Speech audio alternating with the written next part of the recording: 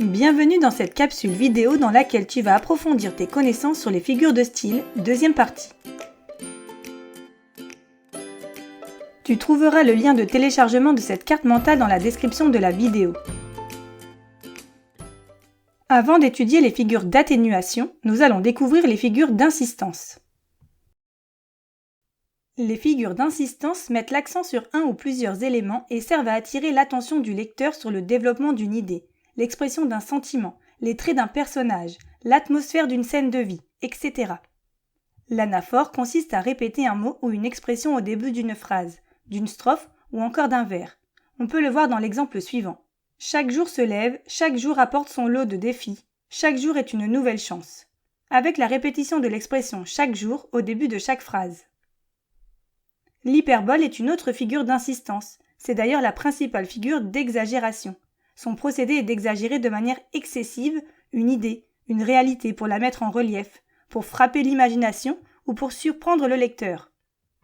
Par exemple, dans « Je meurs de faim », le verbe « mourir » est clairement une exagération de l'état de la personne qui prononce cette phrase, mais celle-ci veut insister sur cet état de faim. On a ensuite la gradation, qui est une énumération de termes ou d'expressions avec une progressivité croissante ou décroissante. Par exemple, dans « Je marche »,« Je cours »,« Je vole », on relève une énumération de verbes avec une progressivité croissante. Il y a donc une gradation. Enfin, il y a l'accumulation, qui est une succession de termes de même nature grammaticale. Elle vise à approfondir et enrichir le propos, accentuer une action, une situation, une description ou encore une émotion. Elle peut accélérer le rythme du récit. Prenons un exemple. Il y avait des pommes, des poires, des raisins, des fraises, des bananes, des oranges, des cerises et des pêches sur la table. Dans cette phrase, on a une succession de groupes nominaux. Cette accumulation donne une impression de quantité, d'opulence. Le rythme de la phrase semble s'accélérer au fur et à mesure que les fruits sont énumérés. Découvrons à présent les figures d'atténuation. Les figures d'atténuation servent à atténuer certains termes dans un texte. Ils rendent ces termes moins forts en adoucissant la réalité ou en les rendant plus évocateurs, pour aller à l'essentiel. Parmi celles-ci, on trouve l'euphémisme, qui a pour but d'atténuer une réalité violente. Il est très employé dans le langage courant. Par exemple, on va dire « les non-voyants » au lieu de dire « les aveugles »,« s'éteindre » au lieu de « mourir », ou encore « lisser les effectifs » au lieu de « licencier du personnel ». La litote est également une figure d'atténuation. Elle consiste à dire le moins pour exprimer le plus, de manière contournée, ou par une expression négative.